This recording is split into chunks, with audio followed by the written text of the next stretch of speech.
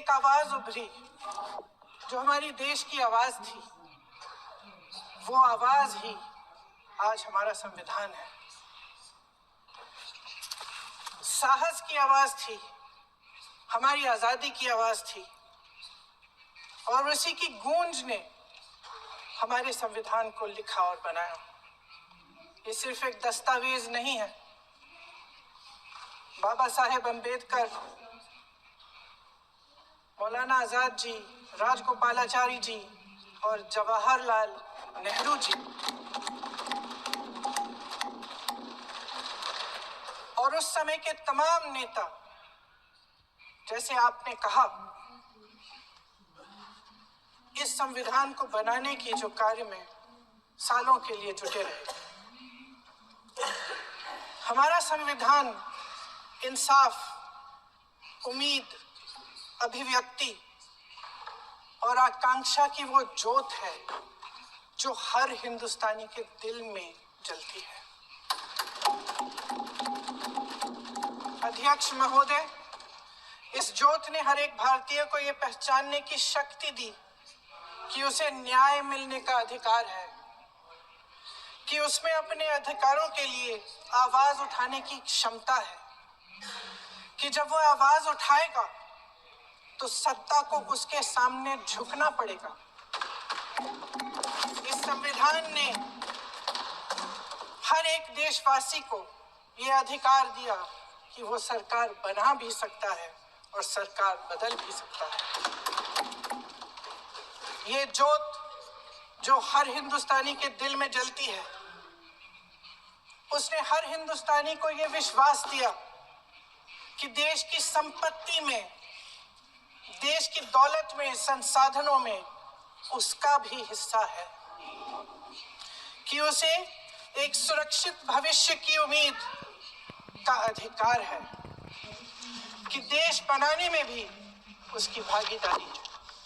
करोड़ों देशवासियों के संघर्ष में, अपने अधिकारों की पहचान में, इनकी कठिन से कठिन परिस्थितियों से लड़ने की अपार हिम्मत में और देश से न्याय की अपेक्षा में हमारे संविधान की ज्योत जल रही है। मैंने हमारे संविधान की ज्योत को जलते हुए देखा है और इसके साथ साथ ये भी समझा है कि हमारा संविधान एक सुरक्षा कवच है, एक ऐसा सुरक्षा कवच है जो देशवासियों को सुरक्षित रखता है। दुख तोड़ने का काम शुरू हो चुका है। लैटरल एंट्री और निजीकरण के जरिए ये सरकार आरक्षण को कमजोर करने का काम कर रही है। अगर लोकसभा में ये नतीजे नहीं आए होते तो ये संविधान बदलने का काम भी शुरू कर लेते।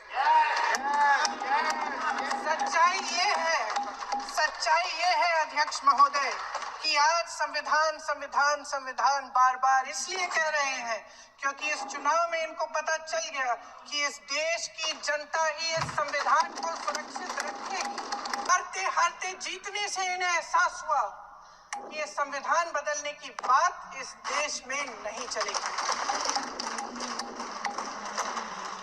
आज जनता की मांग है कि जाति जनगणना हो। सत्ता पक्ष के मेरे साथी ने इसका जिक्र किया। ये जिक्र भी आज इसलिए हो रहा है क्योंकि चुनाव में ये नतीजे आए। ये जाति जनगणना इसलिए जरूरी है ताकि हमें पता चले कि किसकी क्या स्थिति है और नीतियां उस हिसाब से बने। इनकी गंभीरता का प्रमाण ये है कि जब चुनाव में पूरे विपक्ष ने जोरदार आवाज उठाई कि ये जाति जनगणना होनी चाहिए, तो इनका जवाब देखिए। इनका जवाब भैंस भाग भैंस चुरा लेंगे, मंगलसूत्र चुरा लेंगे, इनका ये जवाब था। ये गंभीरता है इनकी जाति जनगणना पर। महोदय, हमारे संविधान ने आर्थिक न्याय की नींव डाली, किसानों, गरीबों और को जमीन बांटी, भूमि सुधार किया, जिसका नाम लेने से कभी कभी आप झिझकते हैं और कभी कभी उनका नाम धड़ाधड़ इस्तेमाल किया जाता है अपने आप को बचाने के लिए। उन्होंने HAL, BHEL, SAL, GAIL, ONGC, NTPC, railways, IIT, IIM, oil refinery, तमाम PSU बनाए। अध्यक्ष महोदय, उनका नाम पुस्तकों से मिटाया जा सकता है, उनका नाम भाषणों से मिटाया जा सकता है, लेकिन जो उनकी भूमिका रही इस देश की आजादी के लिए और इस देश के निर्माण के लिए, वो इस देश से कभी मिटाया नहीं जा सकता। 75 सालों में जनता का भरोसा रहा कि नीतियां बनेंगी तो जनता की भलाई के लिए बनेंगी। जल जंगल जमीन का अधिकार मिला आदिवासी भाई बहनों को।